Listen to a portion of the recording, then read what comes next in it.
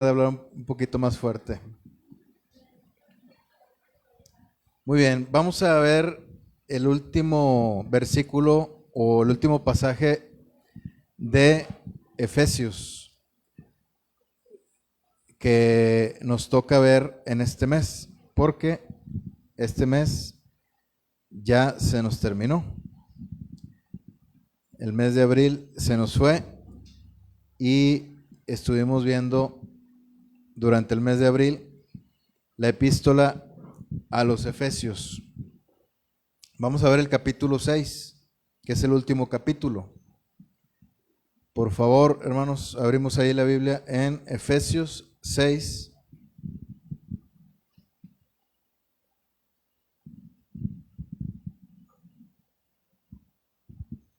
Y voy a leer para iniciar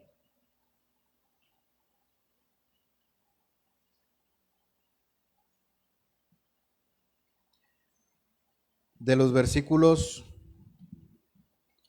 a partir del versículo 10, y me gustaría leer hasta el 13. Dice así: por lo demás, hermanos míos, fortaleceos en el Señor y en el poder de su fuerza, vestidos de toda la armadura de Dios, para que podáis estar firmes contra las acechanzas del diablo. Porque no tenemos lucha contra sangre y carne, sino contra principados, contra potestades, contra los gobernadores de las tinieblas de este siglo, contra huestes espirituales de maldad en las regiones celestes. Por tanto, tomad toda la armadura de Dios, para que podáis resistir en el día malo, y habiendo acabado todo, estar firmes. Vamos a hablar de la lucha del cristiano, la lucha del creyente. Me gustaría orar antes de iniciar. Bendito Dios, estamos agradecidos contigo por esta oportunidad nueva que nos das, Señor bendito, de vivir, de estar en tu casa de oración, reunidos con nuestros hermanos. Queremos pedirte que nos guíes, Señor, que guíes nuestros pasos y que podamos el día de hoy escuchar tu voz. Háblanos, Señor, danos esa fortaleza de la que habla tu palabra. Enséñanos también a usar la armadura que proviene de ti, Señor, para estar firmes, para resistir los ataques del enemigo. Ayúdanos también a aprender a usar las armas que tú nos has dado para vencer.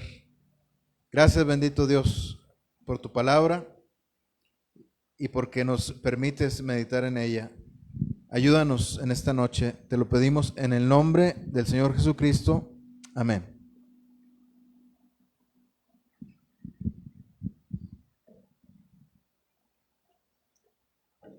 El apóstol Pablo, hermanos, como ya sabemos, fue quien escribió esta carta. El apóstol Pablo, así como los demás miembros del pueblo de Israel, conocían acerca de los asuntos espirituales, conocían acerca de lo que pasaba o lo que pasa en el reino espiritual. Ellos sabían porque desde siempre conocían que las naciones paganas adoraban a los demonios, ¿verdad? A los Baales, que eran dioses, que eran estatuas, a fin de cuentas, no tenían vida, dioses muertos, no podían ver, no podían escuchar, pero eran representaciones de los entes, seres, espíritus inmundos de maldad que habitan en las regiones celestes. El apóstol Pablo conocía muy bien cómo es que funciona el reino espiritual. Él sabía que lo que veía con sus ojos no era todo lo que habitaba en esta tierra. Él conocía muy bien la palabra de Dios, así como muchos de los judíos, y sabían que Satanás era un ángel que había caído del cielo, que Dios lo había arrojado, que lo había desterrado. Es que me da risa porque se me ocurrió como una palabra de, pues no puede ser desterrado porque estaba en el cielo, ¿verdad? Lo sacó del cielo, mejor dicho. Lo descieló. Estaba en el cielo y lo arrojó de ahí, lo expulsó. Y ahora Satanás y todos sus seguidores, los ángeles que le seguían, ahora estaban habitando en esta tierra. Yo no creo que el apóstol Pablo no conociera el libro de Job, porque el apóstol Pablo conocía perfectamente las escrituras. Y en el libro de Job viene con mucha claridad, explícitamente hablando acerca de Satanás. Lo describe tal cual, casi físicamente. No da la descripción del enemigo, pero dice que venía de rodear la tierra, o sea, que Satanás habita en la tierra, habita en la tierra. Dice también que estaba junto con otros ángeles, con los hijos de Dios, dice ahí. Había otros ángeles que le acompañaban, obviamente esos ángeles eran ángeles caídos también. Y al venir de rodear la tierra, hermanos, fue en el tiempo en el que ya existían personas en la tierra. La creación ya había sido consumada por Dios. Ya había sido puesta la corona de la creación, que es el hombre, en la tierra. Entonces, cuando Satanás en ese momento estaba rodeando la tierra, lo que estaba haciendo era luchando, ¿verdad? Peleando contra aquellos que buscaban a Dios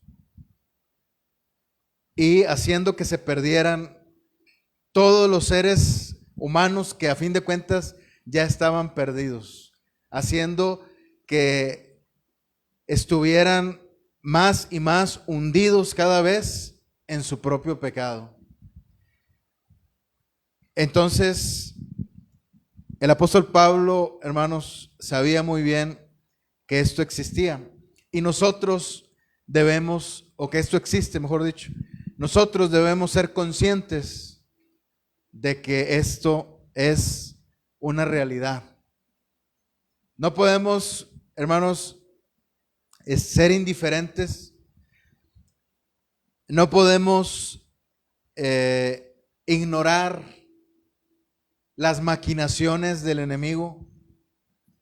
Es decir, él está continuamente pensando cómo perjudicarnos a los cristianos, cómo destruirnos, cómo robarnos, porque él viene a hurtar, a matar y a destruir. ¿Qué es lo que nos quiere robar? Ya no nos puede matar, pero ¿qué es lo que nos quiere robar? ¿El gozo de la salvación? ¿Qué es lo que nos quiere robar? Nos quiere robar una manera recta de vivir con justicia hacia los demás. Nos quiere robar ese reflejo de Cristo en nosotros que Dios ha puesto por medio de su Santo Espíritu. Quiere destruir nuestra familia, quiere destruir, para empezar, nos quiere destruir a nosotros. Si nos destruye a nosotros, nuestra familia va en decadencia también. Y por el hecho de que las cosas van marchando bien en nuestra vida, no podemos nosotros ignorar que Satanás existe, que tiene seguidores, tantos humanos como ángeles, y que están organizados de tal manera que son como un ejército, que son como gobiernos que buscan destruir a las huestes del Señor, a nosotros. Buscan destruir a la grey de Dios, a los hijos de Dios, a nosotros. Por eso están organizados así. No hay otra razón por la que estén organizados. Aquí viene una manera en la que están organizados, ¿verdad? En el versículo 12, principados, potestades, gobernadores, huestes. O sea, hay como reyes, ¿verdad? Los principados son como reyes, potestades, ¿verdad? Demonios que tienen un poder alto dentro de los ejércitos de Satanás, gobernadores también, ¿verdad? Cabezas de millares, gobernadores de áreas de la tierra dentro del reino espiritual, y huestes de maldad, o sea, soldados, milicia, con menos poder que los otros, pero demonios, ¿verdad?, que vienen entre muchos a pelear contra los hijos de Dios, contra nosotros. Entonces, hermanos, no podemos ignorar esto. La palabra de Dios habla de esto. No podemos ignorarlo, aunque nosotros sabemos que el Señor ya venció en la cruz a Satanás. Fue exhibido con todas estas potestades, junto con todas estas potestades, fue exhibido en la cruz. Es decir, fue ridiculizado. El mundo pensó que quien estaba siendo avergonzado ahí era el Señor. Pero cuando el Señor fue clavado en la cruz y llevó a cabo su obra redentora, con la cual Él mismo y su Padre Celestial se iban a glorificar, entonces Satanás quedó completamente exhibido, junto con todas sus huestes de maldad, con sus gobernadores, con sus potestades. Sin embargo, hermanos, esto no debe hacernos ignorar que el diablo sigue trabajando y que en ocasiones Dios le permite que nos ataque, siempre con el propósito de glorificar el nombre del Señor. Siempre, no va a haber otro propósito. Dios no va a permitir que el diablo nos ataque para destruirnos. Eso no es lo que hay en el corazón de Dios. Dios tiene pensamientos de bien y no de mal. ¿Cuál es la lucha, hermanos? ¿Cuál es la lucha que nosotros tenemos como cristianos? Viene en el versículo 11 y en el versículo 12. Dice, para que podáis estar firmes contra las acechanzas del diablo, porque no tenemos lucha contra carne y sangre, perdón, al revés, contra sangre y carne, sino contra principados, potestades y todo lo que ya mencionamos ahorita. Esa es la lucha, hermanos, que nosotros tenemos. Aquí hay un énfasis especial que dice que no es contra carne, contra sangre y carne. No es contra personas. Y esto puede significar dos cosas. Esto puede significar, primeramente, que esta lucha, hermanos, no es sencilla. Porque una lucha con seres humanos, una guerra, se gana o se pierde, pero se consigue un objetivo y al pasar de los años la guerra se termina. Ya sea que haya un tratado de paz de parte de ambos países, ya sea que un país haya conquistado a otro o cualquiera que sea la situación, la guerra al paso de los años se termina porque la gente va muriendo. Pero, hermanos, la lucha contra Satanás y sus seguidores no es nada sencilla. Yo sé que una guerra no es nada fácil tampoco, pero no tiene nada que ver con la guerra espiritual. No tiene nada que ver absolutamente. Un solo ángel, hermanos, un solo ángel de Dios puede acabar con todo un ejército de seres humanos. Un solo ángel nada más.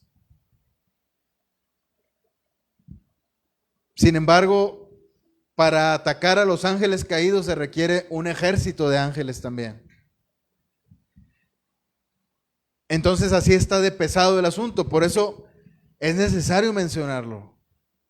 No podemos ignorarlo solo porque el diablo ya fue exhibido en la cruz. Necesitamos estar conscientes de esto, como el apóstol Pablo lo estaba, y no ignorar las maquinaciones de Satanás, sabiendo que él, aunque está vencido, quiere destruirnos. Precisamente por eso. Porque nosotros, hermanos, somos la prueba viviente de que el Señor Jesucristo triunfó en la cruz y en la tumba. El hecho de que nosotros seamos salvos, hayamos nacido de nuevo, el hecho de que nosotros busquemos a Dios, somos la prueba viviente de que el Señor Jesucristo venció en la cruz. Por eso nos odia Satanás, por eso busca destruirnos. Porque al atacar a la iglesia, está atacando al Hijo de Dios, al Señor Jesucristo. Cuando el apóstol Pablo atacó a la iglesia, los persiguió, estuvo de acuerdo o consintió en la muerte de ellos. ¿A quién estaba atacando en realidad? El Señor Jesucristo le dijo: dura cosa te es dar patadas contra el aguijón. O sea, a quien estaba atacando, a quien estaba persiguiendo, era al Señor Jesús. Porque le dice el Señor: yo soy Jesús a quien tú persigues.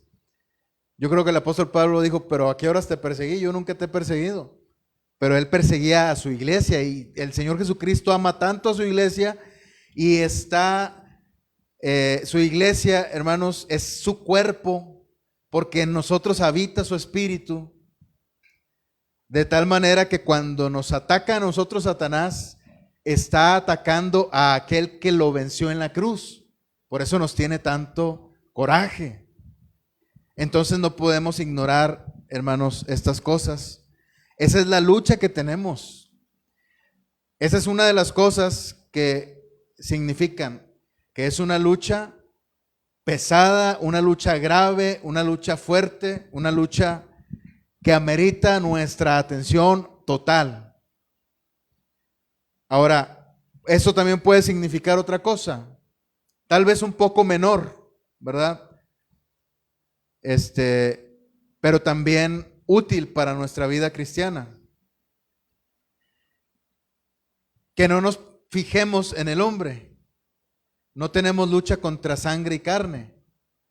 Cuando una persona está agrediéndonos a nosotros, aunque la persona sea consciente, aunque la persona vaya a ser juzgada por esos pecados, por haber atentado contra los creyentes en Cristo, aún así, hermanos, que nosotros debemos saber que nuestra lucha no es contra esas personas, sino contra aquel que está detrás de esas personas, que es el diablo, que es el que incita a la maldad. Por eso son huestes de maldad. Esa maldad que ya existe en el corazón del hombre, en la naturaleza del hombre, pero que es impulsada por el espíritu de este siglo, el espíritu de Satanás, que opera en los hijos de desobediencia según Efesios capítulo 2. Entonces, hermanos, esa lucha no es contra las personas, sino contra estas huestes de maldad, contra el enemigo. Esa es la lucha del cristiano. Es verdad que pasamos por pruebas, a veces no nos va muy bien, a veces estamos pasándola mal porque nos falta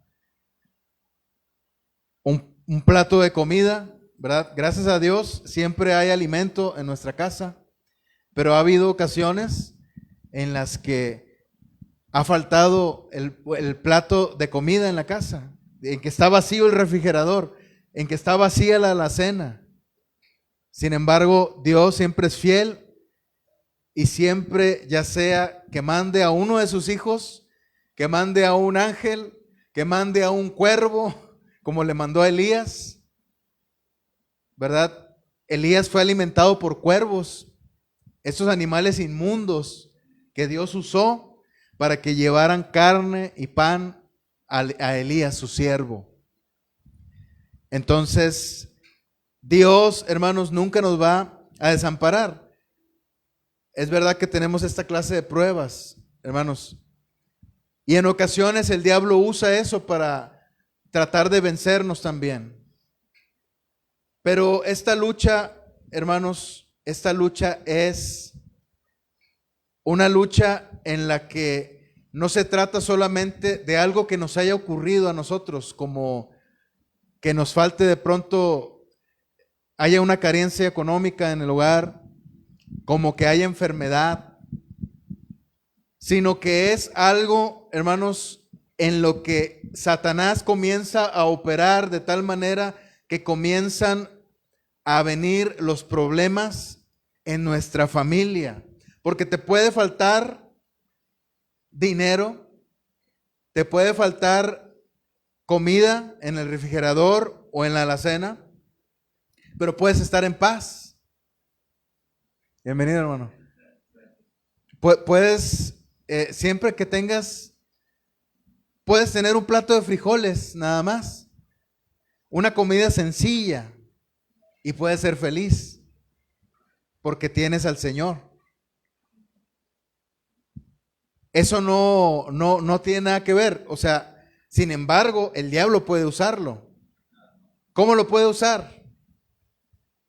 Puede usarlo para tentar a los matrimonios, para que se peleen por esa causa y para que comience a haber problemas porque solamente hay frijoles en la casa.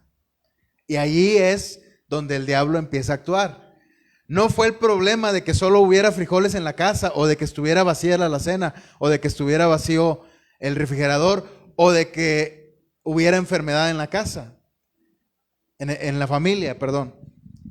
El problema fue que el diablo incitó a la ira, a la contienda, a esos pecados que a fin de cuentas ya están en nuestra naturaleza y que luego comienzan a acentuarse y comienzan a traducirse en una lucha contra carne y sangre, contra nosotros mismos, ya sea con los miembros de la familia, con los miembros de la iglesia, con los compañeros del trabajo o con quien sea.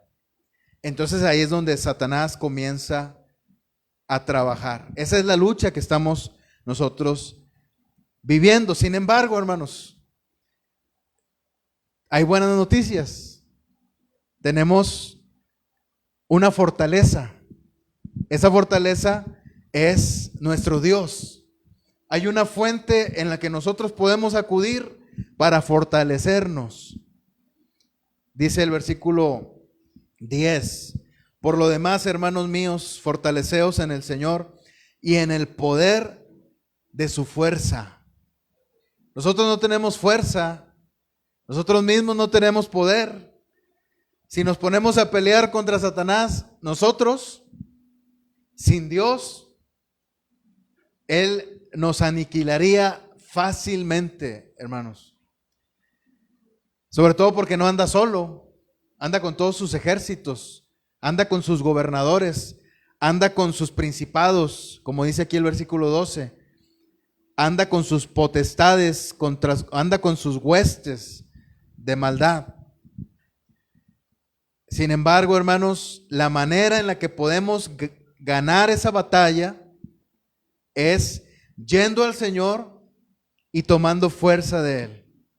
Para una guerra siempre necesitas una fortaleza. Si tienes una fortaleza, vas a vencer. Allí en Jerusalén había unos muros que se usaban precisamente para defenderse de los enemigos. Si esos muros no hubieran existido, muchos hubieran conquistado Jerusalén. Sin embargo, era muy difícil conquistar Jerusalén porque existían esos muros. En la antigüedad, Jericó tenía muros. Nadie podía penetrar esos muros. La única forma en la que el pueblo de Israel pudo penetrar esos muros fue cuando Dios decidió destruirlos con sus manos. Les pidió que dieran vueltas al pueblo de Israel. Dios les pidió que dieran vueltas alrededor a Josué, a sus ejércitos y al pueblo de Israel, que dieran vueltas alrededor de los muros de Jericó por varios días. Al séptimo día iban a dar 7 vueltas y luego iban a gritar, un grito de guerra. Y en ese momento, ¿qué pasó? Se destruyeron los muros. Pero no fueron los gritos los que destruyeron los muros, fueron las manos de Dios. Porque el pueblo de Israel se fortaleció en el poder de la fuerza de Dios. Entonces, hermanos, esa es una de las cosas en las que nosotros debemos ampararnos, en el poder de su fuerza, en la fortaleza. Si no estás en una fortaleza, estás exhibido completamente, te puede herir una flecha, te puede herir una bala y puedes caer muerto ahí. Por eso necesitas una fortaleza, necesitas un muro, necesitas una torre fuerte que no la puedan derrumbar. Ese es el nombre de nuestro Dios. Una torre que es fuerte y que nadie la puede derrumbar. Y también el Señor nos enseña, hermanos, en este pasaje, a usar las herramientas necesarias para vencer en esa batalla. ¿Cuáles son? La armadura y un par de armas también. La armadura que viene ahí en el versículo 11 y 12. Dice, vestíos de toda la armadura de Dios, para que podáis estar firmes contra las acechanzas del diablo. Es una herramienta que Dios usa, hermanos, para que estemos firmes. Nosotros solos no podemos estar firmes, necesitamos la armadura de Dios. ¿Cuál es esa armadura? Dice ahí en el versículo 12.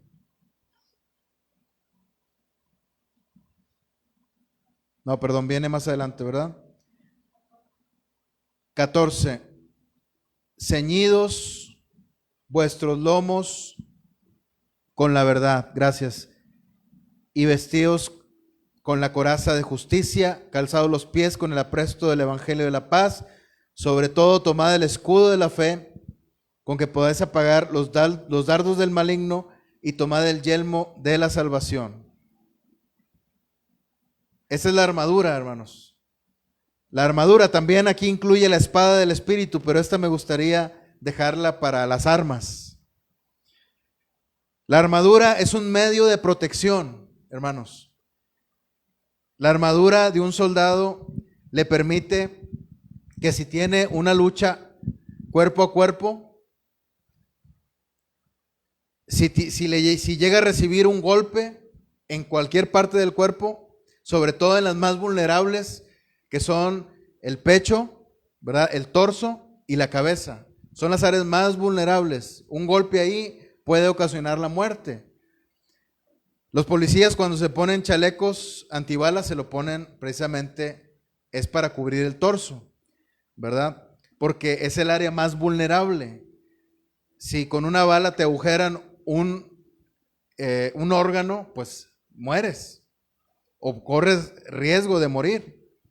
Entonces, esta es un área muy vulnerable. La cabeza es un área muy vulnerable. Aunque cualquier herida puede causarte la muerte, ¿verdad? Si llegan a romperte una vena de tal manera que te desangres, también puedes morir si no eres atendido a tiempo.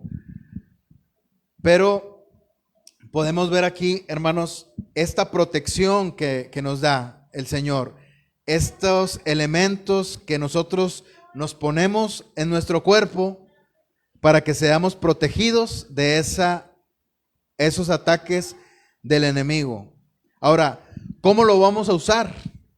¿Cómo vamos a usar esos elementos de la armadura de Dios? Viene aquí, por ejemplo, en el versículo 14, dice, ceñidos vuestros lomos con la verdad. ¿Verdad? Es como un cinto que usaban. La armadura que está presentando aquí el apóstol Pablo es especialmente la armadura del soldado romano, ¿verdad? Entonces ellos se ponían un cinto que protegía el área baja, ¿verdad?, del torso. Y dice aquí el apóstol Pablo que este cinto, ¿verdad?, es precisamente la verdad.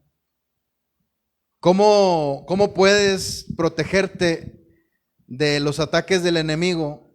Porque el enemigo siempre va a usar sus propias armas. ¿Cuál es la naturaleza del enemigo? Es el pecado.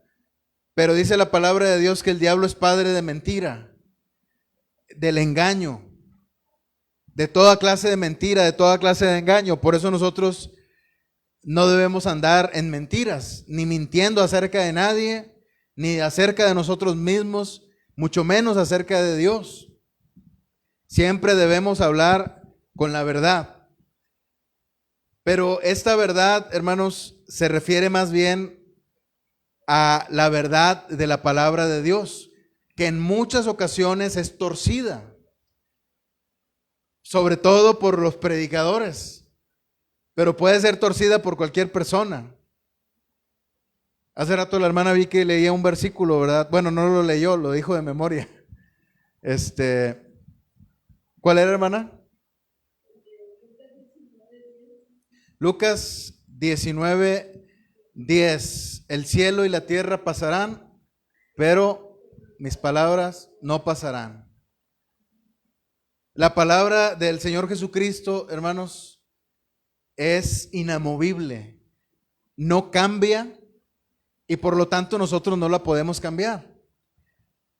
Si nosotros, hermanos, comenzamos a creer las mentiras del enemigo respecto a lo que dice la palabra de Dios, doctrinas erróneas, torcidas, que parece que es la verdad de la palabra, pero no lo es, sutilmente el enemigo comienza a meterse por ahí y comenzamos a creerlo, y no nada más a creerlo, comenzamos a enseñarlo, a transmitirlo a otras personas.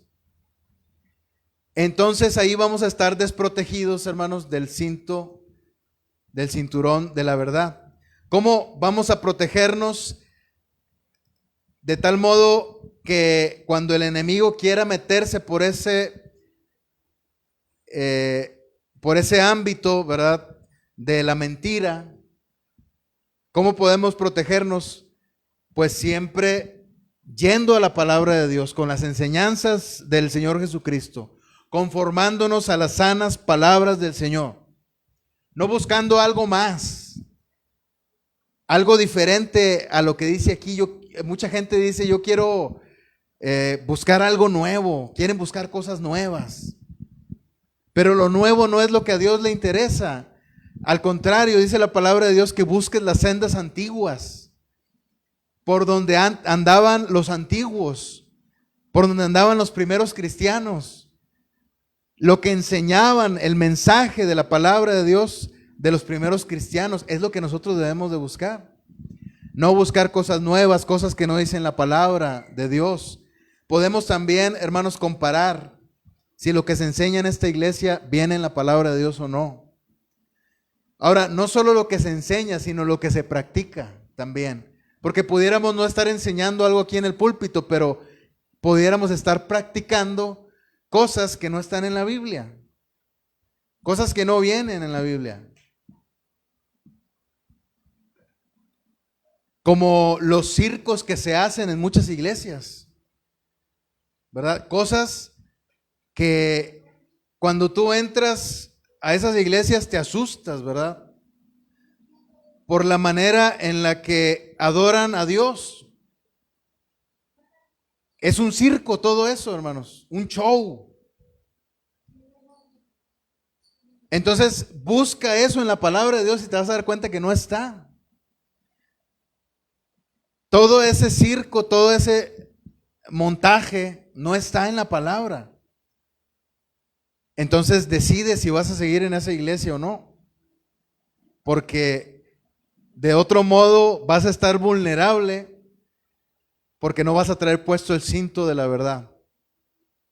Otra de los elementos que el Señor nos enseña también es la coraza de justicia. Son dos justicias aquí, que es la misma a fin de cuentas, pero una te lleva a la otra. La justicia de Cristo. Esta coraza, hermanos, te protege tu corazón, que es el órgano más vulnerable. Si alguien hiere alguno de tus órganos, pudiera ser que te salves, pero si alguien hiere el corazón, es muy difícil que te salves, casi imposible. Entonces, esta coraza, hermanos, protege precisamente esa área, el corazón, lo que Dios quiere que tú le entregues. Si comienzas a darle tu corazón a las personas, si comienzas a darle tu corazón a las personas más que a Dios, no digo que no puedas darle tu corazón a las personas, a tu familia. Al contrario, puedes entregarle tu corazón a la gente que amas y en la que confías, pero no más que a Dios. No deben rebasar a Dios en eso. Tu corazón debe pertenecer completamente a Dios. Entonces, si comienzas a entregarle tu corazón más a las personas, más a lo material, más a otras cosas, vas a estar vulnerable y no vas a traer puesto la coraza de justicia. Esa justicia, hermanos, radica en el corazón del Hijo de Dios, de nosotros. Cuando eres justo o injusto con una persona, ¿de dónde viene esa injusticia o esa justicia? Viene de tu corazón. Ahí es donde nace, ahí es donde se genera. No es un acto exterior solamente, nace en el corazón.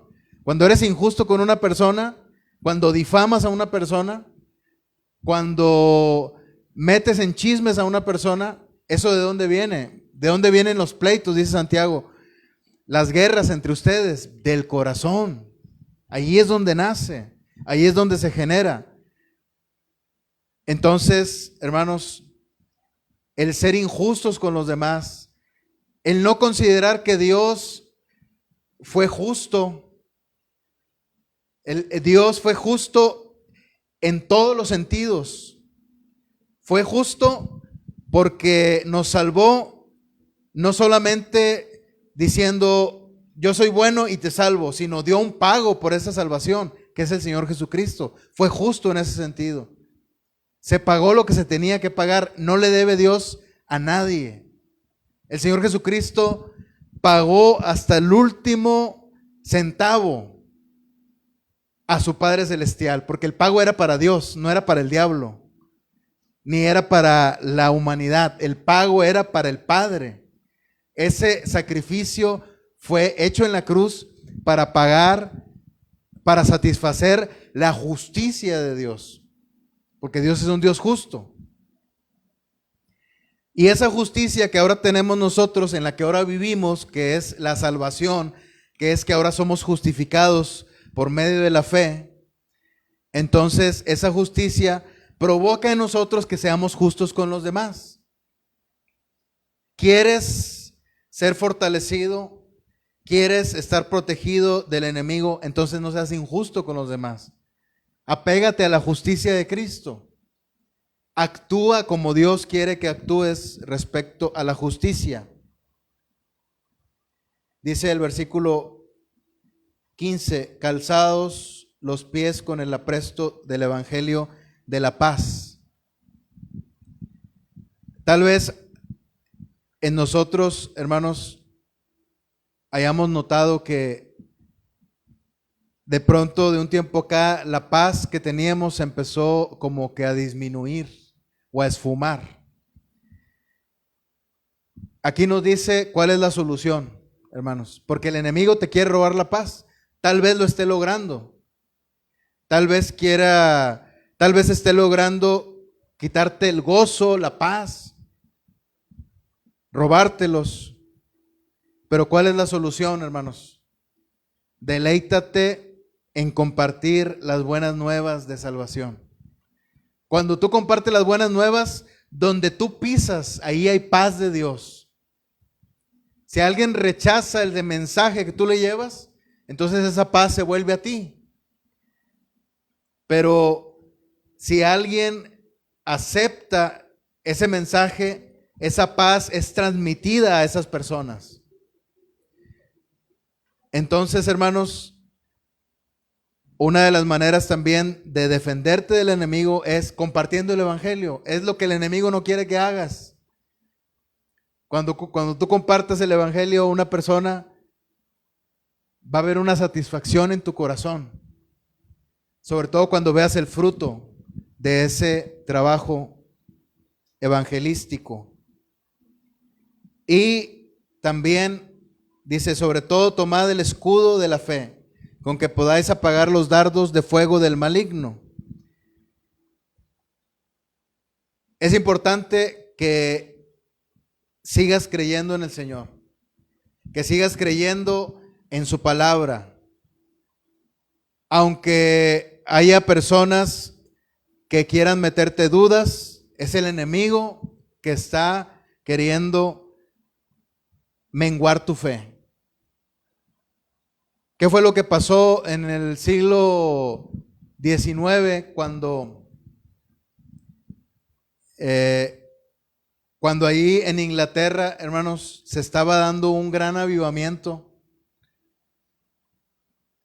en la iglesia? Muchos estaban creyendo, muchos de los creyentes se estaban fortaleciendo en la palabra, pero luego salió un autor publicando un libro que se llama El origen de las especies, llamado Charles Darwin. La fe de muchos, hermanos, se hundió. Muchos empezaron a dudar de si este libro era verdad. Bueno, hoy en la actualidad, hermanos, hay muchos supuestos descubrimientos de la ciencia que ponen en duda la veracidad de los relatos de este libro sagrado, de este libro santo de Dios. Descubrimientos arqueológicos, hermanos, que buscan poner en duda la veracidad de los hechos de este libro sagrado del Señor. Y si te pones a ver esas cosas, a leerlo, en lugar de leer la palabra, entonces tu fe va a empezar a menguar. El escudo de la fe, hermanos, va a empezar a hacerse más pequeño. Y entonces el enemigo va a encontrar un lugar para herirte con los dardos de fuego. Y en lugar de que haya fuego del Espíritu Santo en tu vida, va a haber fuego del enemigo en tu vida, fuego destructor en tu mente, que va a empezar a consumirte y que va a empezar a consumir a los que están alrededor de ti. Por lo tanto, hermanos, en lugar de andar viendo esas cosas según científicas, en lugar de andar buscando donde no hay pastos, esos no son pastos para el Hijo de Dios, para el creyente. Los pastos verdaderos están aquí en su palabra. Ahí es donde debemos pastar, donde debemos alimentarnos. Eso es lo que va a hacer que el escudo de la fe esté completamente cubriendo todo nuestro cuerpo. Los escudos, hermanos, no nos imaginemos un escudo como el del Capitán América, ¿verdad? Así, circular, que nada más protege acá arriba. El escudo del que está hablando es un escudo que cubre todo el cuerpo, hermanos. Así eran los escudos en ese tiempo. Un escudo alto, largo, ancho. Entonces, es la manera en la que nosotros podemos usar, hermanos, el escudo de la fe, fortaleciéndonos en su palabra. Y su misma palabra, hermanos, también va a hacer que tengamos puesto el yelmo de la salvación. ¿Dónde es donde ataca el enemigo acerca de tu salvación? Por medio de la mente. Comienza a ponerte dudas de si eres salvo o no eres salvo. Comienza a ponerte dudas, hermanos. Yo tengo un testimonio en una fecha específica en la que yo recibí al Señor Jesucristo, pero luego pasaron los años y el enemigo empezó a sembrarme dudas. Luego quise deshacerme de esas dudas y dije, está bien, tú ganas.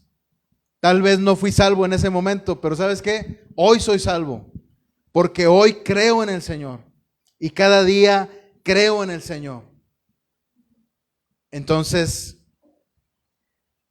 así fue como me deshice de esas dudas, hermanos. Ya luego, otra vez, ¿verdad? El Señor fortaleció ese testimonio en mi vida de saber que ese día yo había creído en el Señor y me había salvado. Pero fue la manera en la que vencí, en la que el Señor me ayudó a vencer. Pero ¿por dónde entra el enemigo? Por la mente. Entonces, el yelmo es lo que cubre toda tu cabeza, ¿verdad? Que se llama yelmo. No es un casco, cubre toda tu cabeza para que el enemigo no ataque tu mente. El yelmo de la salvación, esa preciosa salvación, hermanos, que el Señor nos ha dado, debemos ser responsables por ella, por esa salvación también. Y la espada del Espíritu, que es la palabra de Dios. Estas son las armas, la espada del Espíritu y la oración. Son las armas que el enemigo aborrece y por las que el enemigo tiembla. La palabra de Dios y la oración. Así es que, hermanos, su palabra es el mejor tesoro que Dios que pudimos haber encontrado. Su palabra, su presencia. Así es que mantengámonos firmes, hermanos, en su palabra, en oración. Qué bonito sería, ¿verdad? Que agarráramos esa costumbre de decir textos de memoria como la hermana Vicky, ¿verdad? Que aprendamos, hermanos. Si vas a hacer algo aquí, hazlo. No dudes. Porque eres ejemplo a los demás. Estimulas a los demás también. Si le hablaste de Cristo a alguien, testifícalo. Todo esto, hermanos, nos va a ayudar a estar fortalecidos No dejemos de congregarnos.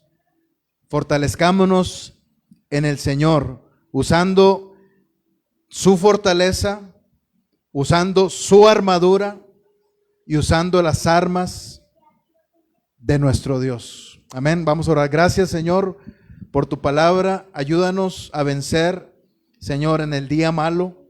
Ayúdanos a vencer, Señor, por medio de los elementos que tú nos has otorgado, bendito Dios. Fortalécenos y que nunca dudemos en ir a tu presencia. En el nombre del Señor Jesucristo. Amén.